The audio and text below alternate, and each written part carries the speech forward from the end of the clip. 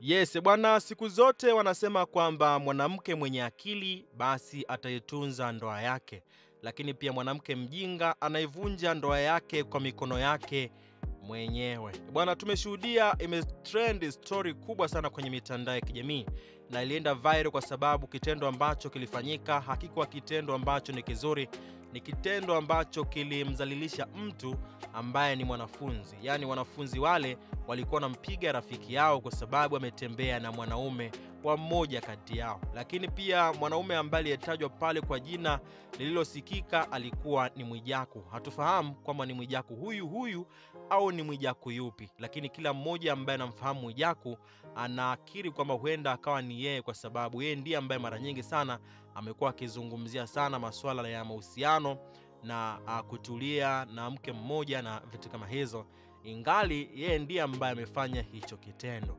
Rafiki yake ambaye ni Haji Manara amezungumza la kwake na kusema kwamba kwa hili kiukweli Mwijaku umefanya kosa kubwa sana. Umefanya kosa ambalo ni kubwa kwa mke wako ambaye ni mwaminifu, ambaye mara nyingi sana amekuwa upande wako. Kiukweli mke wa Mwijaku amekuwa hazungumzia haya mambo kwenye mitandao ya kijamii. Tunafahamu kuna kipindi lilitokea sakata lingine, lakini mwisho wa siku mke wa Mwijaku hakuzungumza chochote kile, alikaa tu kimya na mwisho wa siku mambo yakaisha na vitu kama hizo.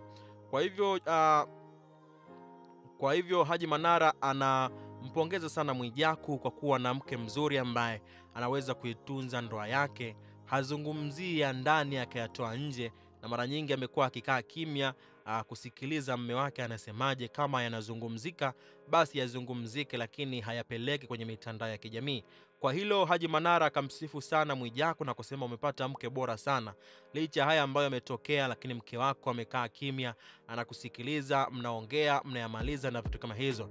Lakini ingekuwa ni sisi ambao tumepata watoto hawa 2000, basi mambo yote yanakuwa kwenye mitandao ya kijamii. Kwa hilo Haji Manara amempongeza sana Mwijaku, lakini akamwambia kwamba usirudie tena kitu ambacho umekifanya, kwa sababu una mke mzuri ambaye anakusikiliza, mke ambaye anakuelewa, na mwisho wa siku usione kwamba huyo mke ambaye anakuelewa kuna watu ambao hawamuoni. Hapana, watu wanamuona sana. Kwa hivyo cha kufanya ni kuchunga, usimuuzi tena kama jinsi ambavyo umefanya. Huo ni ushauri ambao ameuzungumza Haji Manara kwenda kwa Mwijaku. Sasa story nyingine ambayo imehusiana na story hii ni kuhusiana na Juma Lokole. Juma Lokole anasema kwamba alifahamu story hii kabla hata Ramadhani haijaanza.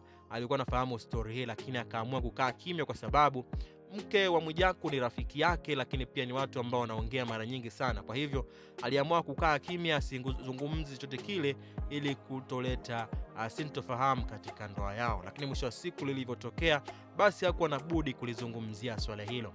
Anasema kwamba mke wa Mwijaku alimpigia simu na wakazungumza, lakini mke wa Mwijaku alichomwambia Juma Lokole ni kwamba kwani mna uhakika gani kwamba yule ni mume wangu ambaye ametajwa pale, kwa sababu Mwijaku ni wengi sana, lakini kwa nini watu wanamzungumzia kwamba ni mume wangu na vitu kama hizo. Hiyo ambayo ameifanya mke wa Mwijaku ni kumlinda mume wake, kwamba anajua huenda akawa ni mume wake ndio, lakini anajaribu kulifanya lisionekane kwamba ni mume wake. Hiyo ni jinsi ambavyo anafanyaga kwa ajili ya kuitunza ndoa yake na vitu kama hizo. Yeye mwenyewe anajua kwamba atamalizanaje na mume wake huko ndani, lakini huku nje anahakikisha kwamba jina la mume wake linakuwa liko clear na vitu kama hizo. Kwa hivyo hicho ni kitu ambacho wanawake wengi wanapaswa kujifunza, kama jinsi ambavyo mke wa Mwijaku ameonyesha upendo kwa mume wake, lakini pia kutozungumzia mabaya kwa mume wake hasa kwenye mitandao ya kijamii. Ndio maana anasema kwamba usizungumze chochote kile au kujaji, kwa sababu haufahamu kwamba ni Mwijaku yupi, huenda akawa sio mume wangu. Japokuwa watu wengi kwenye mitandao ya kijamii wanazungumzia kwamba ni Mwijaku huyu na vitu kama hizo.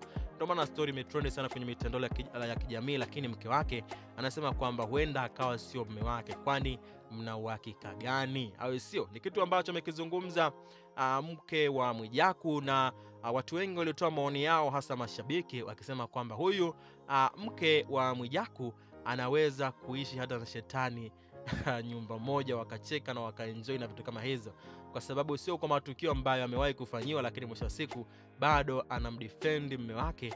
Anasema kwamba huenda sio yeye Na ni kwa sababu ukiona hivyo, ni kwa sababu anazungumza na mume wake, na huenda mume wake ameshakiri makosa yake, kwa hivyo hana budi kumsamehe. Hivyo ndivyo ambavyo inatakiwa iwe, na mara nyingi sana inapaswa uzungumzie ndani, sio kila kitu lazima ukitoa nje na watu waweze kukifahamu. Kwa hivyo katika hilo Mwijaku amepata mke bora, na hata ndugu yake, rafiki yake ambaye ni Haji Manara ameweza kumpongeza na kumwambia bwana, umepata mke aliye bora zaidi. Bwana, katika hilo una maoni gani? Ndosha maoni yako hapo chini kwenye uwanja wa comment section kuhusiana na hilo. Mke wa Mwijaku anasema kwamba huenda akawa sio mume wake ambaye alitajwa na wale watoto wa chuo ambao waliweza kumtandika mwenzao na kumzalilisha, kitendo ambacho kiliweza kukasirisha watu wengi, lakini pia kiliweza kufanya watu wengi waseme kwamba ina maana wanawake siku hizi wamekuwa wakizalilishana wenyewe kwa wenyewe na kufanyana ukatili wenyewe kwa wenyewe.